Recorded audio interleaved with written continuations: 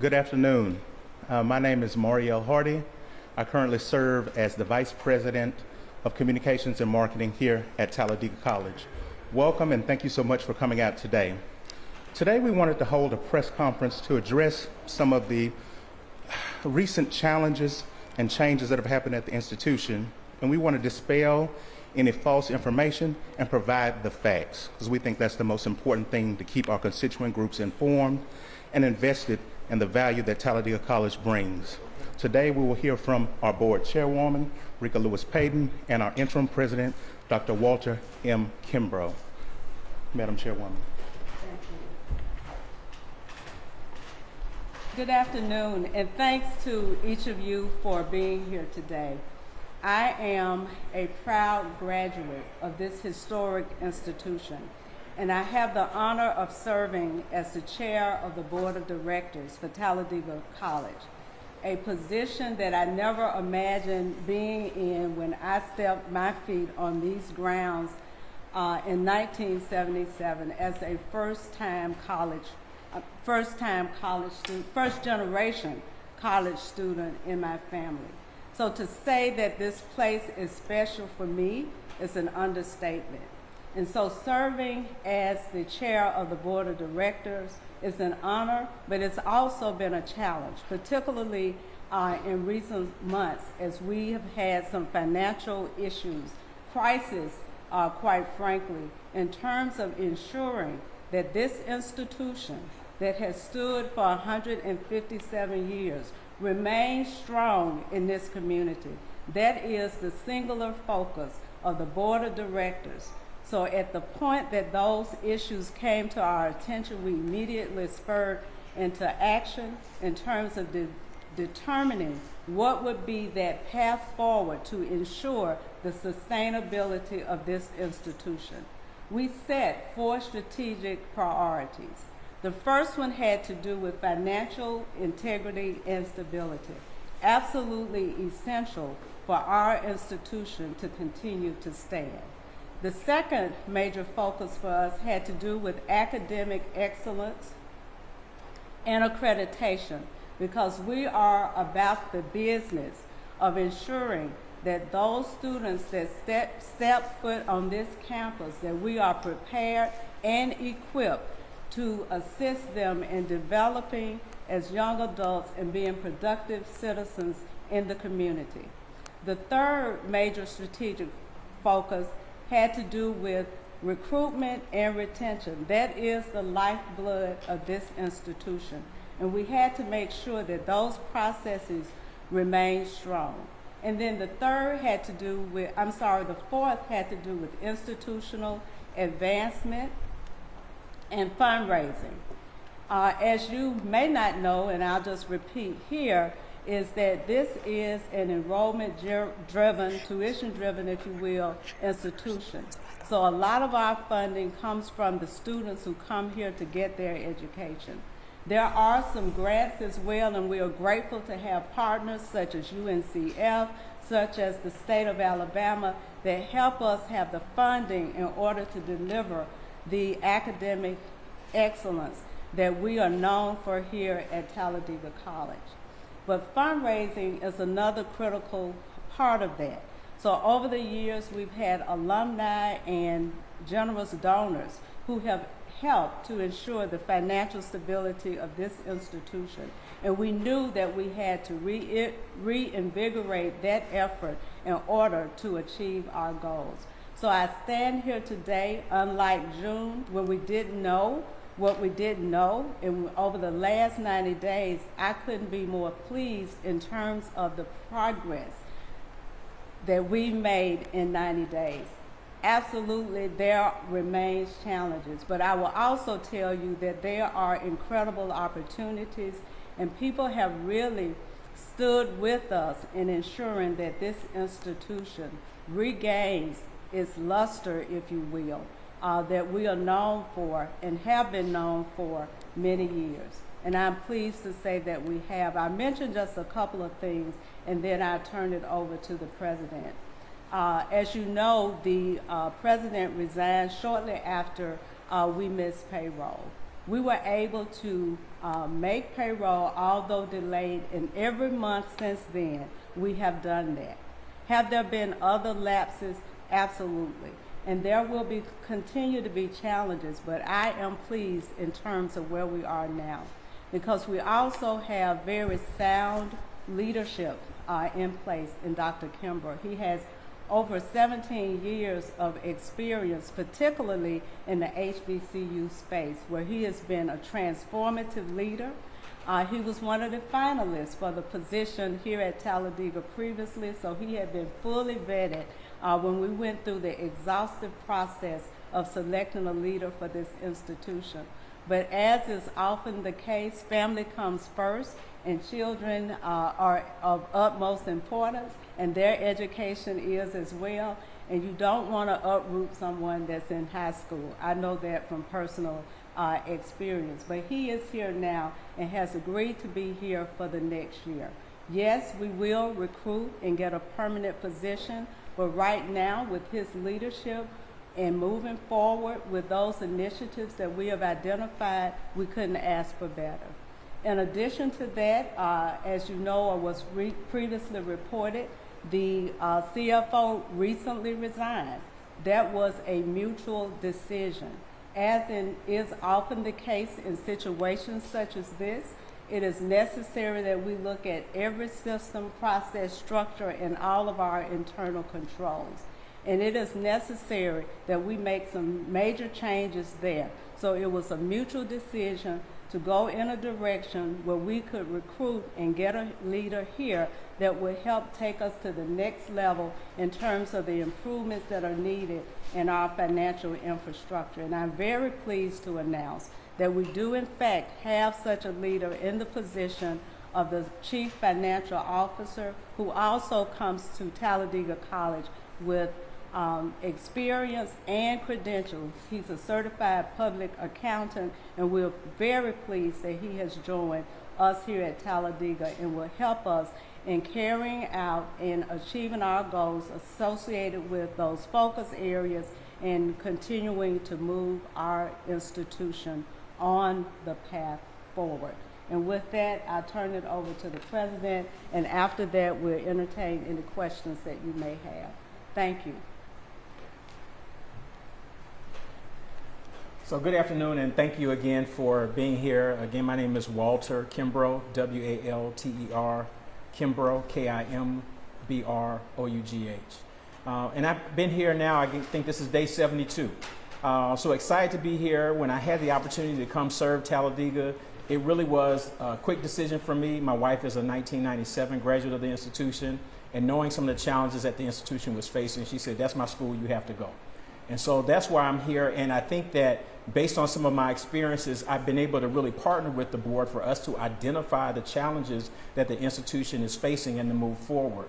I first became an HBCU president 20 years ago at Philander Smith College in Little Rock, Arkansas. They had some similar challenges.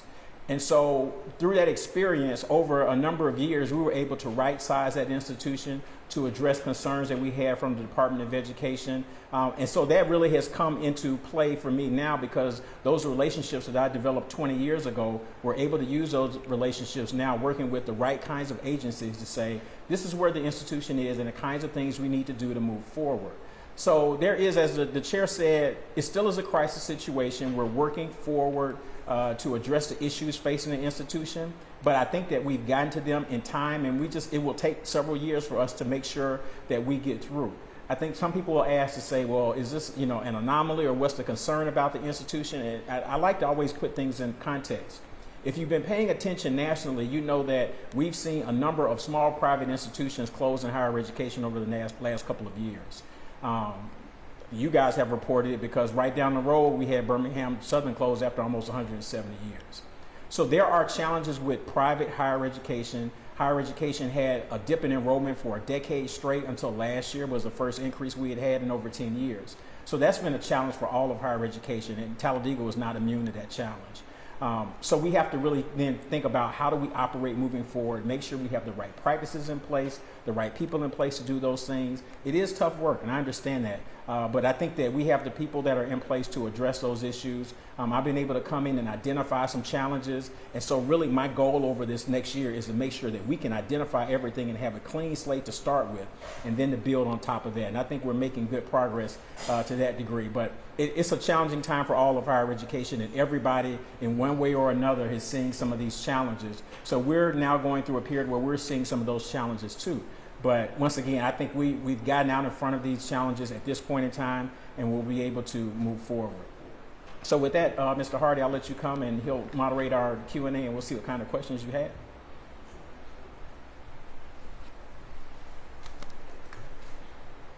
I would like to open up questions and give Reggie an opportunity from WBRC to ask the first question if you're so ready, sir. You can point it to either chairwoman or the president. Well, last time I spoke to you, you said we need to live within our means. How bad was it? How outside of our means what we live? Right. So the overall picture is this: over the last 3 or so years, enrollment had decreased by about 24% or so. We didn't do any major tuition increases, but at the same time, we increased our payroll. We added a lot of people. And so when you have that gap, that created some of the means. So when we look at payroll, for example, if we were having payroll that was $1.3 or $1.4 million a month, most recently we did $1 million. So that shows you there was some room in there to say we have a lot of people. There were a lot of people on contract. Before I came, the board really looked at that to say we don't need to have all these contracted positions all across the country. So that has really brought down some of those costs. So we're really now looking at everything that we spend. Are we living within the means? And it started with just some of the people that we had. We just had a lot of people, and we were just administratively top heavy. That's the only way I can put it. And so that was the first thing, and that really has helped us bring everything back into much more in line with the size of the institution that we have. We still need to keep refining that, look at programs. One of the things I mentioned, this made a lot of news when one of the first things we did was in the gymnastics program. But people understand is that there are only 90 colleges and universities in the country that do gymnastics. Why? Because it's a non-revenue generating athletic program. For example, the University of Alabama's gymnastics program loses $1.9 million a year. None of us will ever hear anything about it because on Saturday, the Crimson Tide will be on the field. I'm going to watch the game. They make a lot of money. They pay for everything, all the non-revenue generating sports. In our conference, NAIA, which is small schools athletic conferences, we were one of only 2 schools with a gymnastics program. So when you look at the academic scholarships, the athletic scholarships, we did not have a facility, so they were driving to Trustfield 3 days a week to practice. We had to travel. We had to compete against Division III schools because we didn't have anybody to compete against in our division. We're flying to the Midwest. We're flying to the Northeast. It didn't make sense for us as a small school to try to have a program that's expensive like that. So that was, once again, we weren't living in our means. It's a great idea. It's a feel-good program. But when you look at the balance sheet, there was no way we could do it and do it successfully.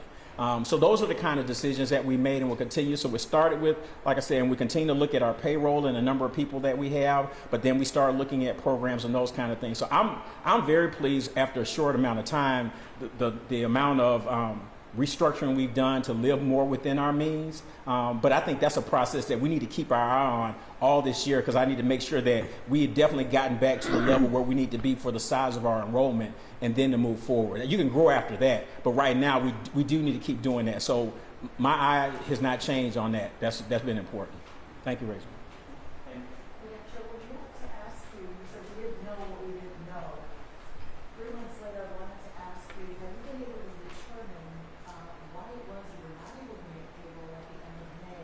I also wanted to ask you a secondary question, fast forward, what is your current financial status? How much in debt is the university?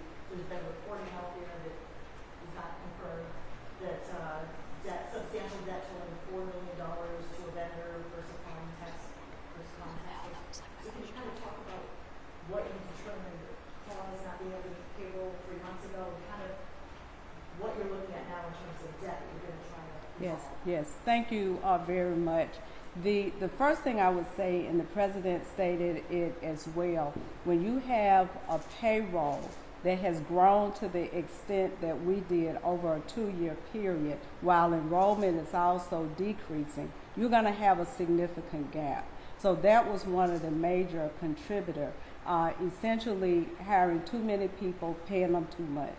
And in addition to eliminating positions, we've also taken a tiered approach, with the exception of faculty, because again, we have to maintain academic excellence. So with the exception of faculty, the other employees, faculty and those making less than $50,000, we had a tiered reduction in their annual salary. So that was a major thing for us, and therefore we're able to reduce the salary from 1.4 when we miss payroll, which is a never should happen kind of event for any organization. It just should not happen. Employees work too hard for us not to make the payroll when they are expected to receive it. And we've been able to do that over the last 3 months. By the way, during the summer when there's not revenue coming in. So we've been working hard in that regard. You mentioned the issue in terms of debt. As a result of that as well, not living within your means, we also had vendors that we had not paid in an extensive period of time. And we had to start communicating with them, letting them know the situation, and then trying to give us working with them to give us a little more runway, because again, revenue not coming in the summer. I hope you all see the students walking around campus going to class because they are here. As a result of that, we've been able to honor our commitments that we made back in June in terms of those payments that we would get to them in September. And I'm pleased to stand here today to say that our vendors have been extremely gracious in allowing us that space to course correct our ship and to start making those payments back to them. So that's happening. We have also had just incredible partnerships. UNCF has really come forward to assist us in this regard, to work through some of the issues, but more important, to lend the vast majority, the vast resources that they have in place to help us in those areas where we have gaps. So they are assisting us in terms of building our infrastructure and institutional advancement and fundraising, in addition to government affairs for some of our funders that we have to make arrangements with them as well. So that process has started. So that's what we didn't know, the full gamut of the issues. And now as we start digging, we know more information. We know who we owe. We know how much we owe. We know when we last paid them, but more importantly, we made and taken action to start addressing those issues. What's the dollar amount you're looking at? It's significant. When I tell you, I'm almost hesitant to put it out there because we're also still in a crunch, and having those numbers out there in the public domain is not where we want that to be. Just suffice it to say that we are working down the debt, but it was significant.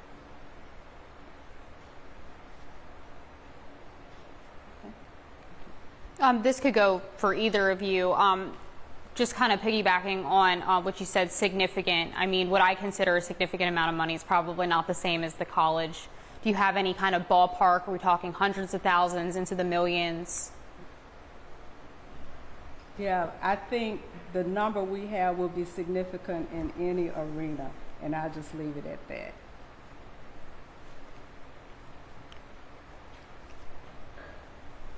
Maybe for the interim president. Same question? No, I have a different question for you. Sure. All right. Unless you want to answer the last question. No, I have to follow the boss on this. So, but tell me who you are too. Valerie with ABC 3340. Okay, all right, thank you. So I know a lot of effort has been made since these challenges were kind of spotted. Do you know at what point, I know you just kind of came into this role, at what point this all started from? Was it a year, 2 years? How far back do these challenges really begin? And then as the president of the student body right now, I mean, how confident are you that you can kind of help lead the charge to get the college out of the position it's in, so that we're not seeing something similar to what we saw over at, as you mentioned, at Birmingham Southern, where the college, was very optimistic, but unfortunately had to close its doors. Right. Well, first of all, thank you for saying I was president of the student body, but that's too much right here, so I don't think I pass anymore. So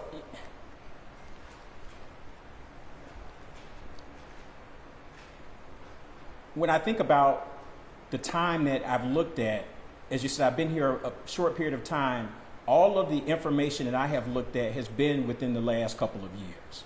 So it doesn't go back, 5, 10 years. I'm just looking at the immediate past to see what were some of those issues that led to that. So when I'm looking at, when Reggie asked about living within the means, I'm just looking at payroll over the last year to see what that dollar amount was, and then I was able then to go back a couple of years so I could benchmark it. So if I said if our payroll was X FY22 and now it's Y in FY24, that's the problem. So it still is a very small window that I'm looking at, and based on the history of the institution and knowing something about it, because Talladega is a UNCF school like Dillard where I was president, and knowing the previous president and just knowing that they didn't have some of the challenges that we see now, it's really been within the last couple of years where there has been some of those greatest challenges. And so, knowing that, and I think from my perspective is to help lead the institution going forward in this short amount of time, I think people on campus have appreciated the transparency to say,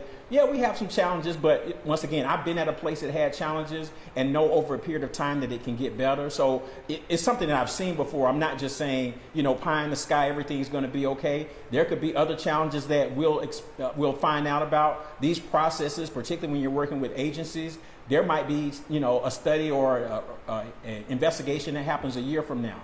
That could be part of the process, so I understand that. But it's just to let people know, if we work through it systematically over a period of time, you can get back on track. So I've seen it happen a lot of places, so I'm convinced of that. But I've just looked at a short amount of time, because most of the things we're dealing with, as the chair said, the kinds of vendors that we're hearing from, it's been issues from the last year. So it's not, I'm not dealing with 5 or 10 years worth of information.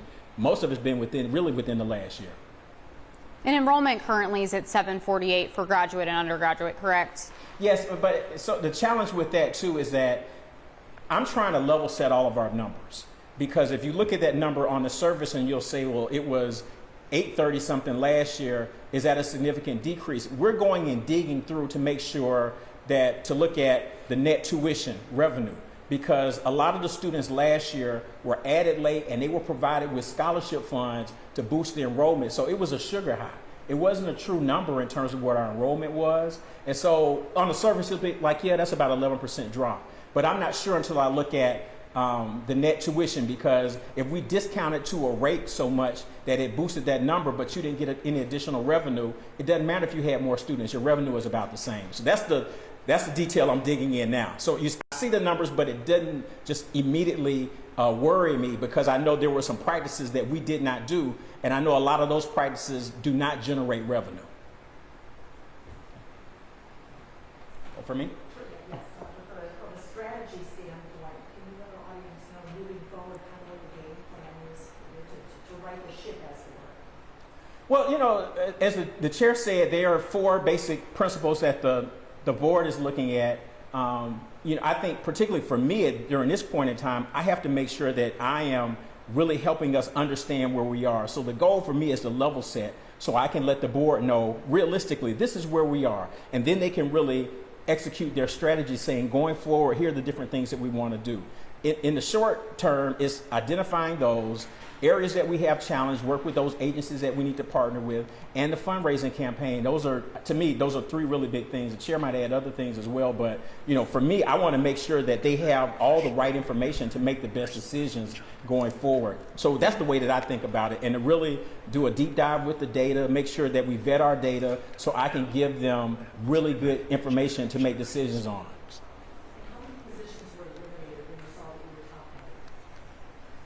I'm not sure in terms of the total number. Like I said, I've looked at, so for me, it's not even the number of positions.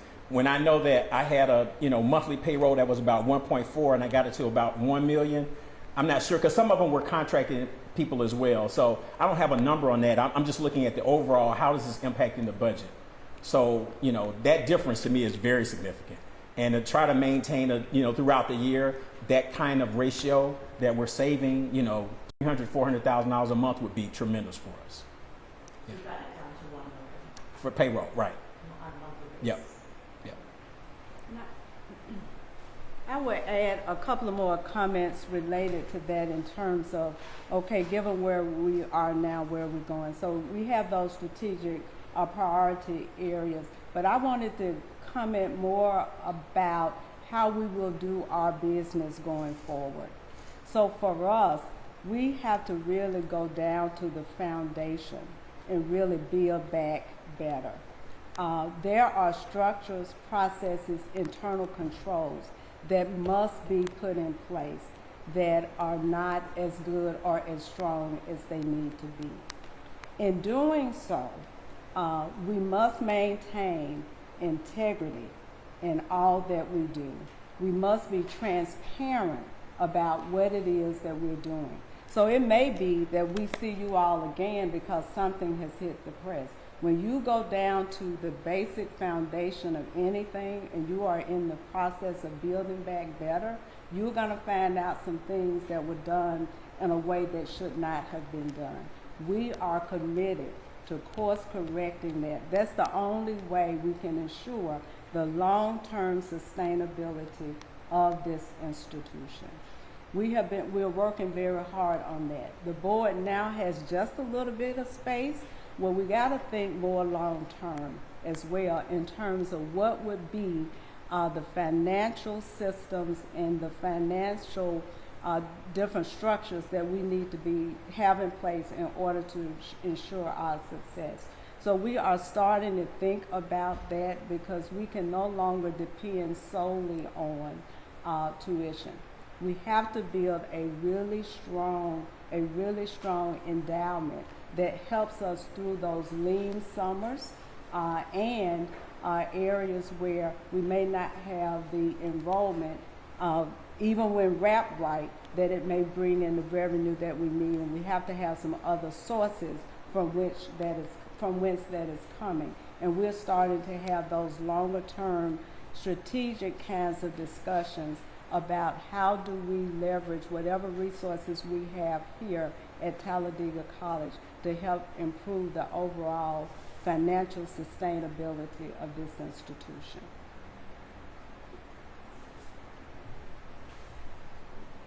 It's for either one who wants to answer. We dealt with a situation in Birmingham earlier this year. What is the difference between what happened at Birmingham Southern versus what's going on here? I don't know about the president, but my singular focus has been Talladega College, and so I really don't know all the ins. And I'm not, I'm originally from Birmingham, but I don't live in Alabama now. So I don't know all the ins and outs about Birmingham and how that is different from what we're doing. I can simply state to you in terms of having a board that is absolutely committed to the long-term sustainability of this institution. Birmingham Southern has a long history too, and so I don't know all the ins and outs, but I do know that this institution has had some ebbs and flows over the course of those 157 years. And there were points where even back probably 2007, 2008, there were concerns about whether or not this institution will remain. Through all of those ebbs and flows, we have, and we are committed to doing the same thing again. So I'll add a little context as someone who is United Methodist and have served as president of 2 United Methodist institutions.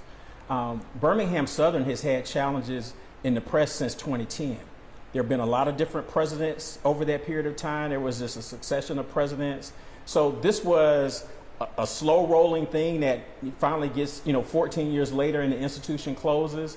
I think they tried to course correct along the way, but I think there were some harder decisions that they probably didn't make. And I think that constant turnover of leadership is part of the challenge. You had folks, I mean, I know Ed Leonard personally. He was there like a year. Then you had another president came in and she had cancer, so then she was there for 2 years. So those are some of the challenges. So it was hard for them to really course correct when they had this, continuous turnover of leadership, and that's part of the challenge.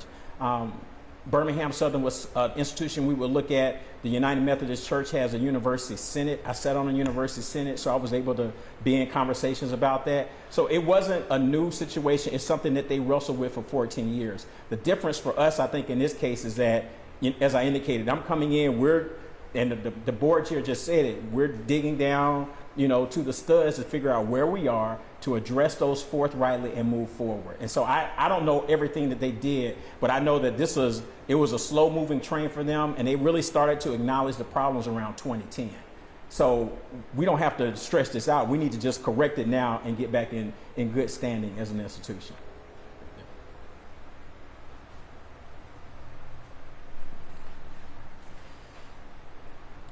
Oh, one more? Oh, go ahead. Yeah, Chris Norwood with Daily Home. One of the issues that I had started hearing about back in May and June when all of this first started was about students that were not getting their federal refund checks. Is that something that y'all have looked into, and has that been addressed? Absolutely. That is one of those things that right up there with missing payroll is not giving students the refunds when those dollars have come into the institution. We have been given, pieces of it. The requirement is that within 14 days of those dollars hitting the institution, we should make those refunds. We didn't do that. All of those students have received their refunds to date. That was a big deal for us, kind of top of the list, and thanks to the generous donation from Alabama Power, we were able to do that. This year, the students will get their refunds within 14 days of those dollars hitting our institution. Why the delay? Where did that money go? The funds were not present. As we mentioned before, in some cases may have been used to meet payroll and some of those other kinds of things. We're still getting to the bottom of what the dollars were used for when different from what they were intended for. Because that's federal money that comes straight from the federal government. Correct. Correct. And so that's why we say our effort is to be transparent. When we know, we're going to quickly try to address the issue and work with our federal partners in making sure that we clearly acknowledge that and outline for them the plan that we have going forward. Transparency and operating from a position of integrity, which is what I mentioned previously, those are things we must do. So you're still trying to figure out where the money goes. Right, we have, and that's an important point, let me say this as well. We are, and we complete an annual audit each year. It is important to note that in March of 2024, we received the audit for the period ending June of 2023, and it was an unmodified audit on time, which means that everything from that audit was clear. Let me just make that note. We have initiated the process for that annual audit now. It will be completed in March. In addition to that, we are in the process of identifying a firm that will do a forensic audit to make a deeper dive into, we know the funds were drawn down, the question is, what were they used for?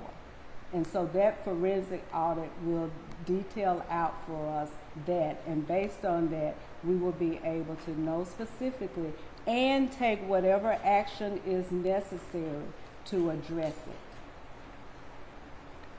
So we're not there yet, but we're getting there. Are there any other athletic programs that are looking at being cut in addition to the gymnastics program, or was that it? Everything is on the table. As we look at all of the programs that we have, we got to make those hard decisions about what makes sense and what does not. Talladega College, I think, have somewhere in the neighborhood of 15 or so different types of sports, from golf to intramural kinds of things, and scholarship dollars are wrapped up in some of those. We got to take a critical look at it. Are those activities important? You know, students need things other than, I think, the academic recruitment and retention. People talk about sticky activities, those kinds of things that make an institution attractive to come to in addition to the academic programs is those other kinds of activities. And so we have to look at that, but we also have to, that piece in terms of enhancing the student engagement and all of those sorts of things, but we also have to make financially sound decisions. And everything needs to have a feasibility study. Everything has to be analyzed in terms of the cost versus the benefits. And there will be more hard decisions that will come out of that. And one of them will be whether or not all of the programs that we have in place now are sustainable.